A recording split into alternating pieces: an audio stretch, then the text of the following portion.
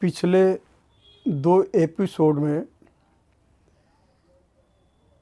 Electricity संबंधी problem पर चर्चा की गई थी और आज इलेक्ट्रिसिटी की अंतिम किस्त मैं आपके सामने रखने जा रहा हूं। पिछले 2 एपिसोड में इलेक्ट्रिसिटी एक्ट 2003 और सप्लाई कोड और तीसरा जो महत्वपूर्ण निर्देशिका है वो वाणिज्यिक एवं राजस्व मैनुअल के बारे में है। आज मैं एपिसोड वाणिज्यिक एवं राजस्व मैनुअल के तक अपनी बात रखना चाहता हूँ। आप जानते हैं कि जब आपकी बिजली कट गई, वो किन्हीं कारणों से काटी गई, या तो आपने समय पर अपना बिल नहीं जमा किया, या थेफ्ट का केस है तो विद्युत काट दी गई है, या अगर ट्यूबवेल वगैरह है तो ट्यूबवेल की बोरिंग बर्स्ट हो जाने पर विद्युत सप्लाई बंद हो गई, या ट्यूबवेल के कनेक्शन का बिल न अदा करने पर आपका कनेक्शन काट दिया गया। तो ऐसी स्थिति में जो राजस्व निर्धारण है उसकी क्या प्रक्रिया है। राजस्व निर्धारण के लिए वाणिज्यिक एवं राजस्व मैनुअल में एक सूत्र दिया गया है कि अगर आप चोरी करते हैं या पावर थेफ्ट करते हैं और उस पर राजस्व निर्धारण होता है तो वो बहुत ही अधिक हो जाता है। वो अधिक इसलिए होता है कि राजस्व वाणिज्यिक एवं राजस्व मैनुअल में एक मैगजीन दिया गया, एक सूत्र दिया गया है, और सूत्र का नाम है जो मल्टीप्लायर है, मल्टीप्लाई होता है, इसको कहते हैं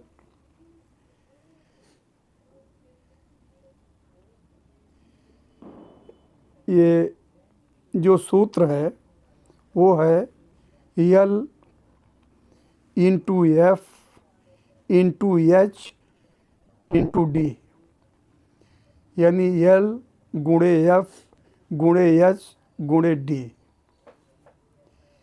ये 4 है, 4 अक्षर है और इन्हीं चारों अक्षरों पर अक्षरों का एक विवरण है और उसी विवरण के आधार पर ये राजस्व का निर्धारण होता है। यहाँ पहला अक्षर है L। L का मतलब है कि वो आपका कितने किलोवाट का कनेक्शन है। जैसे मान लीजिए 1 किलोवाट है तो 1, 2 किलोवाट का है तो 2, और अगर इससे ऊपर है 5 है, 3 है, 4 है, जो भी स्थिति हो, गुणे वो, यानी लोड इसको कहते हैं। L means load. लोड कितना है तो लोड का जैसे मान लीजिए 2 किलोवाट का है तो पहले हो गया 2 इंटू F का मतलब है कि वो विद्युत आपूर्ति की श्रेणी आपका क्या है, तो गुणे आपकी श्रेणी हो गई, और गुणे H का मतलब है कि ये 24 घंटे में कितने घंटे विद्युत की आपूर्ति हो रही है आपके यहाँ, यानी डेज, आवर्स जिसको कहते हैं। ये उपलब्धता कितना 24 घंटे में, अगर 24 घंटे बिजली है तो इंटू 24 होगा, अगर 10 घंटे बिजली रहती है तो इंटू 10 होगा, 12 घंटे रहते हैं इंटू 12 होगा, और अंत में है डी का मतलब है डेज। डेज से मतलब ये है कि ये 365 दिन यानी 1 वर्ष का होगा। ये आप चाहे जितना दिन किए हैं या नहीं किए हैं, कब से है क्या है, लेकिन अगर राजस्व निर्धारण होने लगेगा तो 365 यानी 1 वर्ष का वो लिखेंगे इंटू 365। इसलिए L into F into H into days, जितना आया गुणा आप कर लीजिए और फिर इसका दूना, ये राजस्व का निर्धारण होता है। इसलिए ये धनराशि बहुत अधिक होती है। अगर ऐसी स्थिति है तो राजस्व का निर्धारण, इतना रुपया का राजस्व निर्धारण आपसे किया जाएगा। तो जो मैंने आपसे शंका प्रकट किया था विद्युत चोरी के मामले में, ये बड़ा गंभीर आर्थिक अपराध है और दंडिक भी है, क्रिमिनल केस है। इसलिए चोरी से अधिकतम बचाव करना चाहिए कि विद्युत चोरी किसी भी दशा में न हो। ये आपके भले के लिए है। दूसरा ये है कि आपके बिल में रीडिंग नहीं आ रही है और बिना रीडिंग के ही बिल दिया जा रहा है आपको। बिना रीडिंग के जो बिल दिया जाता है उसके कई कारण हैं कि मीटर रीडर ने रीडिंग नहीं ली, आपका मीटर ख़राब हो गया, रीडिंग नहीं आ रही है, और मीटर में कई प्रकार की खराबियां हैं। तो मीटर न चलने की स्थिति में मीटर के अनुसार आपकी बिलिंग नहीं हो रही है। इसलिए आपके बिल में, आपको बिल जो दिया जा रहा है उसमें कई कॉलम है। तो उसमें ये होता है कि इतने अवधि से इतने दिन, इतने अवधि तक ये, और इतना पिछली यूनिट इतना, वर्तमान यूनिट इतना, कंजम्पशन, ये लिखा रहना चाहिए। लेकिन अगर आपका मीटर ख़राब है और लाजिम है कि इसलिए उसमें मीटर यूनिट या कब से कब तक इतना यूनिट या पिछला यूनिट लिखते हुए और वर्तमान कितना यूनिट है ये न दे करके, वहाँ पर 3 अक्षर का एक कोड होता है, उसमें है लिखा रहता है IDF, ADF, RDF, NA और NR। ये 4 प्रकार हैं, 5 प्रकार। अगर बिना रीडिंग के बिल आ रहा है तो ये चीज़ें लिखी जाती हैं। इससे मालूम होता है कि मीटर रीडिंग के अनुसार बिल नहीं दिया जा रहा है।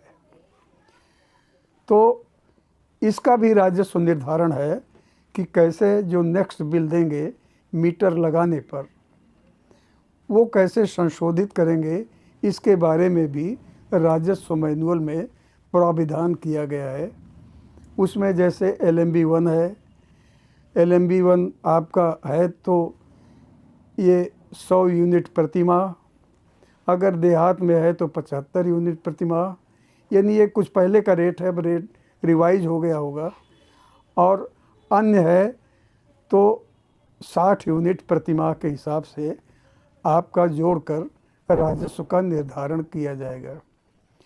इस तरह से ये स्थिति अगर LMB 1 का है, आपका LMB 2 का है, LMB 6 का है, या अभी विद्युत प्रकार 50 का है, ट्यूबवेल का है, घरेलू है, जो भी जैसी भी स्थिति हो, तो उसका दिया गया है कि कितने रुपए प्रति माह का राजस्व निर्धारण अधिकतम किया जा सकता है। इसी प्रकार से बिना मीटर रीडिंग के बिल आ रहा है तो असेसमेंट में, राजस्व निर्धारण में या बिलिंग सिस्टम में इतना ही यूनिट दिखाकर आपका बिल संशोधित कर दिया जाएगा। मैंने आपसे पहले भी कहा था, एक चीज़ चर्चा किया था कि जो बकाया है पावर कॉरपोरेशन के, इतने बकाए हैं, कनेक्शनों पर इतना बकाया दिखाया जा रहा है कि जिसका वसूला जाना संभव नहीं है। और इसमें समय समय पर राज्य सरकारें ब्याज न लेने के निर्देश के साथ शासनादेश या नियम प्रसारित करती हैं और एक निर्धारित अवधि तय करती है कि इतनी अवधि तक कि बिल जो भी है ज़्यादा उसका ब्याज माफ़ कर दिया जाएगा और बकाया वसूली करने का निर्देश दिया जाता है युद्ध स्तर पर। मैं सबसे बड़ी समस्या जो पावर कॉरपोरेशन के बारे में उठाना चाहता हूँ, जैसा देखा गया है केंद्र और खास तौर से केंद्र सरकारों ने ग्रामीण क्षेत्रों में और औद्योगिक विकास के लिए समय समय पर कनेक्शन जारी करने का निर्देश देती है। जैसे उदाहरण के लिए मान लीजिए राजीव गांधी के पीरियड में गांव में कनेक्शन देने के लिए फ्री योजना बनाई गई थी जिसका नाम था प्रधानमंत्री कुटीर ज्योति योजना। यानी गांव में अनिवार्य रूप से बिजली देने के लिए ये प्रोविज़न किया गया था कि निःशुल्क इनको कनेक्शन दिया जाएगा। दूसरा, जब भी जो भी प्रधानमंत्री आए उन्होंने ग्रामीण क्षेत्र में फ्री कनेक्शन देने के लिए दिशा निर्देश दिए और वर्तमान समय में हमारे प्रधानमंत्री माननीय मोदी ने ये उज्ज्वला सौभाग्य योजना के अंतर्गत प्रत्येक गांव में उसके मजरों में उसके खंडों में फ्री बिजली का कनेक्शन देने का ऐलान किया था। केंद्र सरकार के ऐलान के बाद पावर कॉरपोरेशन की वितरण क्षेत्रों ने अपने अपने यहाँ सर्वे कराया और सर्वे कराने के बाद उन गांव की सूची तैयार की और उनको गांव के लोगों को फ्री कनेक्शन के लिए उनसे आवेदन मांगे गए। बहुधा राजीव गांधी के पीरियड से लेके बीच के पीरियड वाले जितने भी दिशा निर्देश थे उसमें यह था कि कनेक्शन शुल्क भी फ्री है। इसलिए कर्मचारी जो वितरण के कर्मचारी थे या ये संविदा पर नियुक्त कर्मचारी थे उनको निर्देश दिया गया था कि ये पता लगाएं कि कितने गांव का विद्युतीकरण नहीं हुआ था और वहां से सबके आवेदन प्राप्त किए जाएं। और कभी कभी तो कनेक्शन के लिए शुल्क भी नहीं लिया जाना था। इसलिए नाम तैयार करके 10 का बंच या 20 का बंच या 7 का बंच करते हुए ये कनेक्शन के प्रार्थना पत्र जिलों पर रखे गए। नतीजा हुआ कि वो योजना फ्लॉप हो गई। जिन्होंने आवेदन किया था या ग्राम प्रधानों के माध्यम से आया था वो सूची तो यहाँ जमा हो गई जिला स्तर पर और जिला स्तर ने फीड भी कर दिया उसको अपने अलग रजिस्टर पर, लेकिन भौतिक रूप से कनेक्शन नहीं दिया। तमाम गांव में कागज़ में तो दिखा दिया गया कनेक्शन है लेकिन मौके पर न खंभे गाड़े गए, न कनेक्शन दिए गए और न विद्युत सप्लाई दी गई। इसी प्रकार से रजिस्टर में दर्ज होने के बाद कभी भी डिमांड नोटिस नहीं गई, कभी भी बिलिंग नहीं हुई। एकाएक जब कंप्यूटराइजेशन हुआ, सारे जो प्रार्थना पत्र थे या जो कनेक्शन किए गए थे या पेंडिंग में थे, सारे कनेक्शनों की फीडिंग हो गई और एकाएक ग्रामीण क्षेत्र में कनेक्शन जाने वो धनराशि की वसूली की नोटिस, बकाया की नोटिस जाने लगी। तो लोगों को एहसास हुआ कि हमारे यहाँ तो बिजली का है ही नहीं है, ना हमने दरखास्त दिया ना हमने पैसा जमा किया, ये बिल आ रहा है। तो दौड़ भाग करने लगे कभी विभाग में शिकायत, कभी जेई शिकायत, कभी एसडीओ शिकायत, और कुछ लोग कंज्यूमर फोरम में, कुछ विद्युत व्यथा फोरम में इसके लिए दौड़ भाग करने लगे और कंप्लेंट फाइल किए। मैं एक सटीक उदाहरण आपको बता सकता हूँ। ये बात है वर्ष 2002 की, जब मैं कंज्यूमर फोरम का मेंबर था। उस समय फोरम में एक केस आया जिसमें 20 लोगों ने सामूहिक रूप से शिकायत किया था कि हमारे यहाँ बिजली नहीं है और 15-15 हज़ार रुपये का बिल सारे लोगों को आ चुका है और बिना बिजली के ये बिल भेजना गलत है और इस बिल को निरस्त किया जाए। जो अध्यक्ष थे, हम लोगों के सामने आई वो फाइल, अध्यक्ष ने देखा और विद्युत विभाग की ओर से जो जवाब आया था वो आया था कि कनेक्शन हुआ है और इसलिए बिलिंग हो रही है और बिल न देने की वजह से इन लोगों के ऊपर नोटिस की कार्यवाही की गई है और बिल वसूल की कार्यवाही जारी है। अब प्रश्न हुआ कि गांव का ग्राहक जो किसान है, मजदूर है, वो सही कह रहा है कि बिजली विभाग सही कह रहा है, इसका भौतिक रूप से सत्यापन कराया जाना आवश्यक था। अध्यक्ष पीठ ने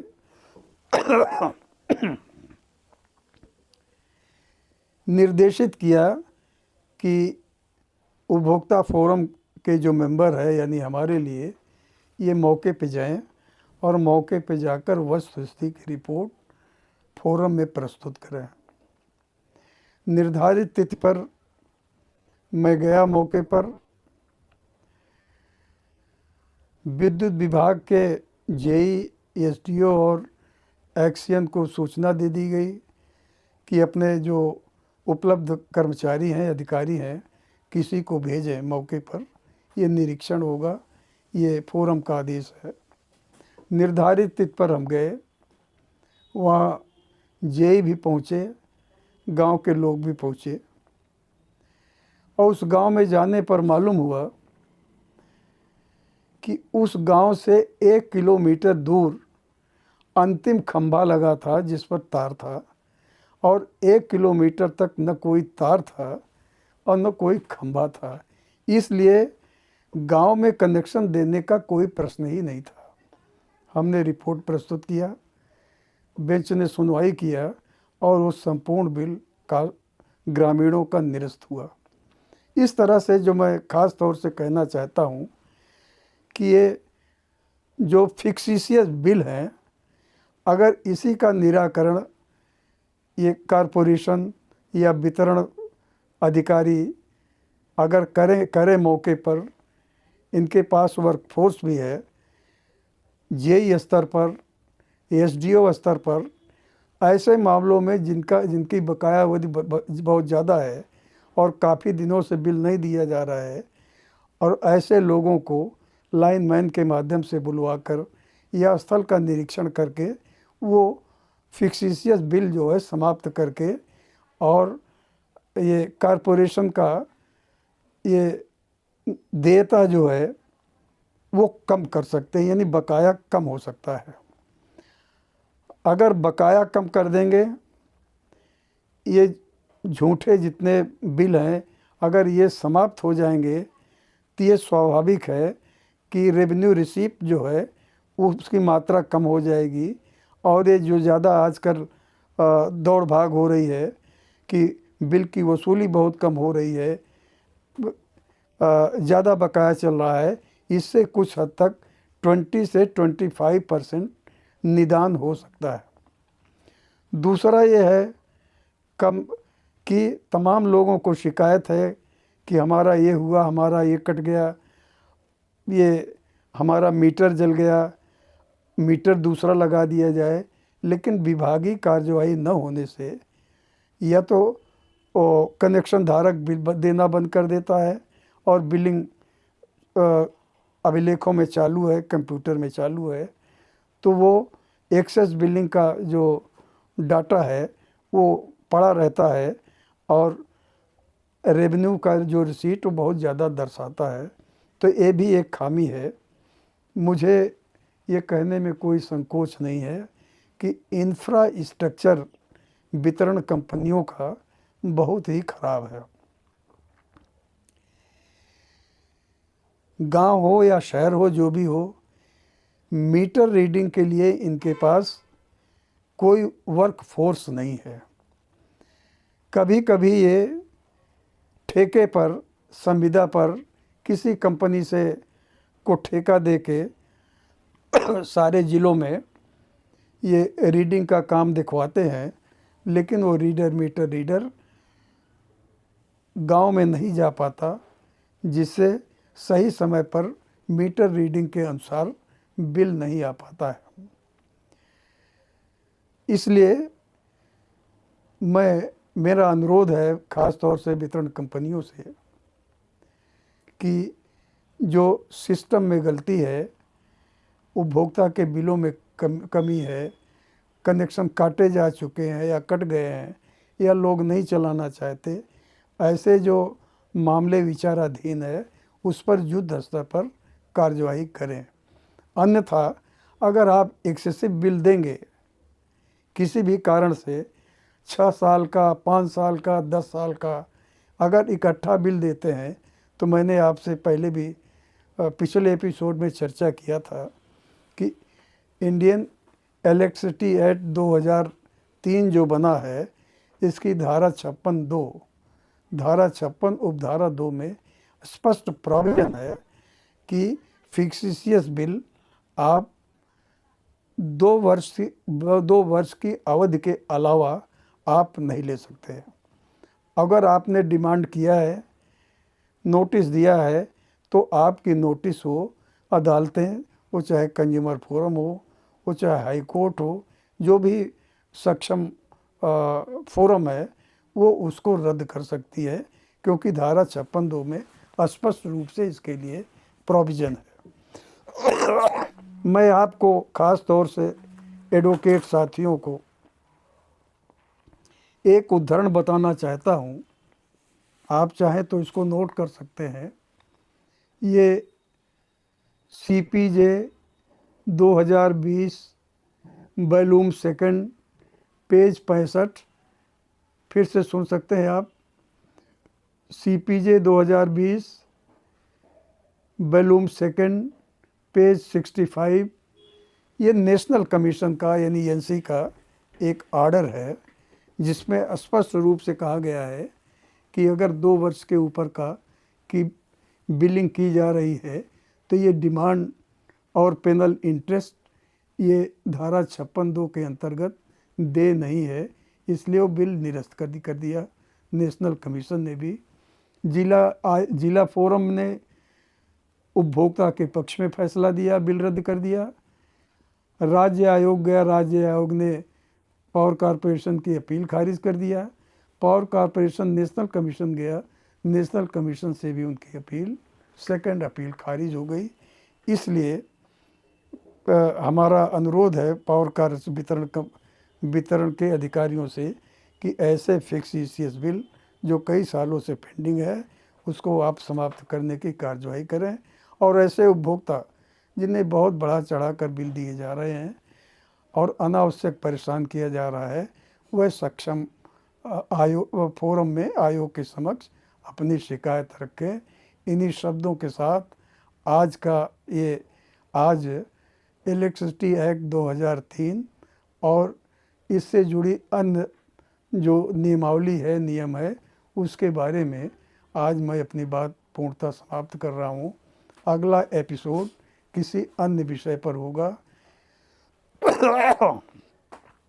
मैं आपसे अंत में अनुरोध करना चाह रहा हूँ कि आप हमारे YouTube के चैनल को सब्सक्राइब करें, लाइक करें, कमेंट करें। जो भी कमेंट आपका होगा, जो भी जानकारी होगी, उसको हम अगले एपिसोड के प्रारंभ होने के पहले मैं वो कमेंट का उत्तर दूंगा। और हमारा फ़ोन भी आपके इसमें बॉक्स में है। आप हमसे मोबाइल पर भी संपर्क कर सकते हैं। मैं मोबाइल पर आपकी समस्याओं के बारे में जो भी निदान है उसको करने का प्रयास करूंगा। इन्हीं शब्दों के साथ आपका फिर से धन्यवाद।